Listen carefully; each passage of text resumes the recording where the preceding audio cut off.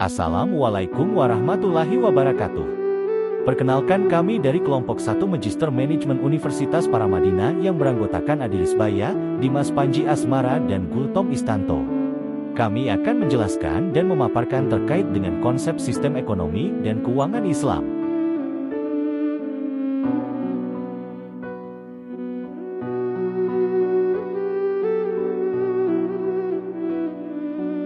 Ekonomi tidak hanya tentang angka dan keuntungan, tetapi juga tentang kesejahteraan dan keberlanjutan. Di tengah tantangan ekonomi global, sistem ekonomi dan keuangan Islam hadir sebagai solusi yang tidak hanya memberikan manfaat duniawi tetapi juga keberkahan ukhrawi.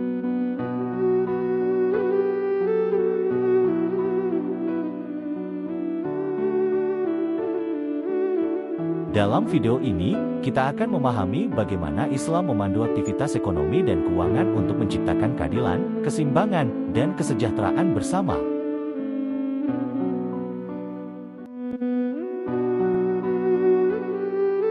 Mari kita jelajahi konsep sistem ekonomi dan keuangan Islam dari dasarnya, instrumen utamanya, hingga keunggulannya dalam dunia modern.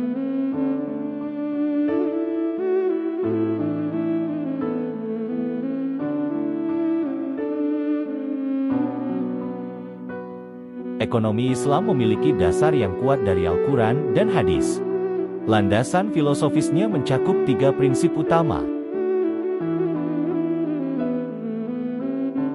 Tauhid.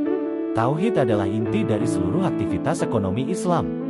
Dalam perspektif ekonomi, semua harta dan kekayaan sejatinya adalah milik Allah SWT, dan manusia hanyalah pengelola khalifah yang diberikan amanah untuk memanfaatkannya secara bijak. Khalifah, manusia bertanggung jawab untuk mengelola sumber daya dengan prinsip keadilan, keberlanjutan, dan keseimbangan sesuai dengan perintah Allah SWT. Tanggung jawab ini mencakup upaya untuk menjaga keseimbangan sosial, ekonomi, dan lingkungan. Yang ketiga, ibadah. Dalam Islam, aktivitas ekonomi tidak hanya bertujuan untuk memenuhi kebutuhan duniawi, tetapi juga sebagai ibadah kepada Allah SWT. Dengan niat yang benar dan cara yang halal, transaksi ekonomi menjadi bagian dari ibadah sehari-hari. Jadi dari ketiga prinsip ini dapat membentuk sistem ekonomi yang berlandaskan nilai keadilan adil, keseimbangan tawazun, dan solidaritas ukhuwah. Dalam Islam, harta adalah amanah yang harus dikelola dengan bijak dan tidak boleh digunakan untuk hal-hal yang merugikan. Ekonomi Islam dibangun di atas landasan nilai-nilai Al-Quran dan hadis yang menekankan keseimbangan antara aspek spiritual dan material, serta keadilan dalam interaksi ekonomi. Berbeda dengan sistem konvensional, ekonomi Islam berpegang pada prinsip utama seperti: pertama, larangan riba. Islam secara tegas melarang riba, yaitu pengambilan keuntungan secara tidak adil dari pinjaman uang. Riba dianggap merusak keadilan ekonomi karena membebani pihak yang lemah dan memperkaya pihak yang kuat tanpa adanya kontribusi nyata terhadap produktivitas. Kedua, larangan garar. Islam melarang transaksi yang mengandung garar atau ketidakpastian yang dapat merugikan salah satu pihak. Transaksi harus dilakukan secara transparan dengan informasi yang jelas tentang objek, harga, dan waktu pengiriman. Ketiga, larangan maisir. Maisir atau aktivitas spekulasi dan perjudian dilarang karena mengandalkan keberuntungan semata tanpa usaha nyata yang dapat menciptakan ketidakstabilan ekonomi dan kerugian besar bagi masyarakat.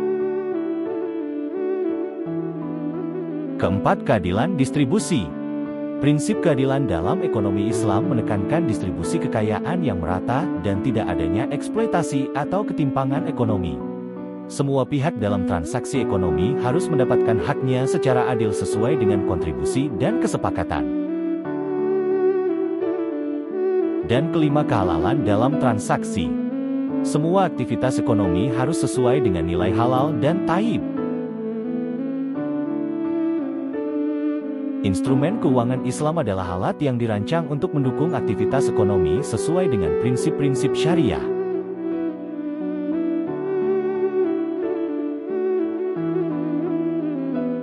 Instrumen ini bebas dari unsur riba, gharar, dan maisir, serta mengutamakan keadilan, transparansi, dan kerjasama yang saling menguntungkan. Berikut adalah jenis-jenis instrumen keuangan Islam. Mudharabah. Mudharabah adalah perjanjian kemitraan antara pemilik modal Syahibul Ma'al dan pengelola usaha mudharib. Keuntungan dibagi sesuai kesepakatan awal, sedangkan kerugian ditanggung sepenuhnya oleh pemilik modal, kecuali akibat kelalaian pengelola.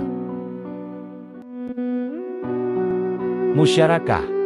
Musyarakah adalah bentuk kerjasama antara dua atau lebih pihak yang masing-masing memberikan kontribusi modal untuk usaha bersama. Keuntungan dibagi sesuai kesepakatan, sementara kerugian dibagi berdasarkan porsi modal. Murabahah. Murabahah adalah transaksi jual-beli di mana penjual menyebutkan harga pokok barang dan keuntungan yang diambil secara transparan. Pembeli membayar secara tunai atau cicilan sesuai kesepakatan. Sukuk. Sukuk adalah surat berharga syariah yang diterbitkan berdasarkan aset nyata untuk membiayai proyek tertentu. Keuntungan berasal dari pendapatan aset, bukan bunga. Jadi, sukuk telah menjadi instrumen penting dalam membiayai proyek infrastruktur besar di berbagai negara, termasuk Indonesia. Sukuk juga memungkinkan pengelolaan investasi yang produktif dan berbasis aset nyata, sehingga risiko spekulasi dapat diminimalkan. Sistem ekonomi Islam menawarkan berbagai keunggulan yang membedakannya dari sistem ekonomi lainnya, seperti kapitalisme dan sosialisme. Keunggulan ini berasal dari prinsip-prinsip syariah yang menimbangkan aspek spiritual, sosial, dan material dalam aktivitas ekonomi. Berikut adalah keunggulan utama sistem ekonomi Islam.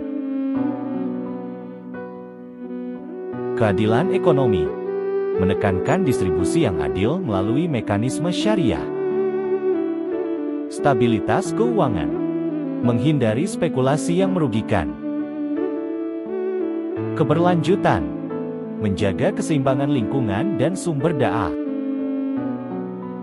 Etika berbisnis. Nilai kejujuran dan transparansi dijunjung tinggi. Berikut adalah perbandingannya dapat dilihat pada tabel.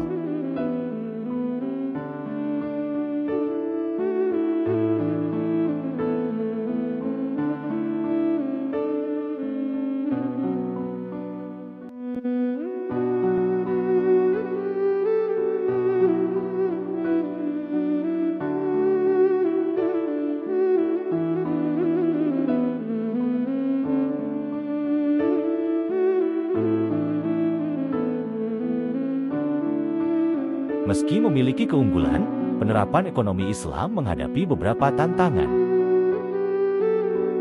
Pertama, kurangnya pemahaman dan implementasi yang konsisten. Kedua, keterbatasan infrastruktur dan lembaga keuangan syariah. Ketiga, ketidakpastian regulasi dan standar syariah. Keempat, tantangan modernisasi dan teknologi. Dan kelima, kurangnya literasi keuangan Islam. Meskipun sistem ekonomi dan keuangan Islam menghadapi berbagai tantangan, solusi yang tepat melalui peningkatan pendidikan, infrastruktur, regulasi yang jelas, serta adaptasi teknologi dapat memperkuat penerapan ekonomi Islam yang adil, stabil, dan berkelanjutan. Ekonomi dan keuangan Islam bukan sekadar teori, tetapi solusi nyata yang dapat menciptakan kesejahteraan dunia.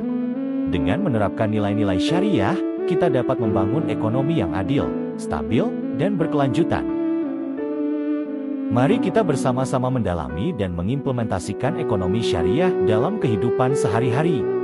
Karena kesejahteraan adalah hak semua, dan Islam mengajarkan jalan terbaik untuk mencapainya. Jadi kesimpulannya, sistem ekonomi syariah adalah sistem yang mewajibkan adanya pengendalian harta di masyarakat.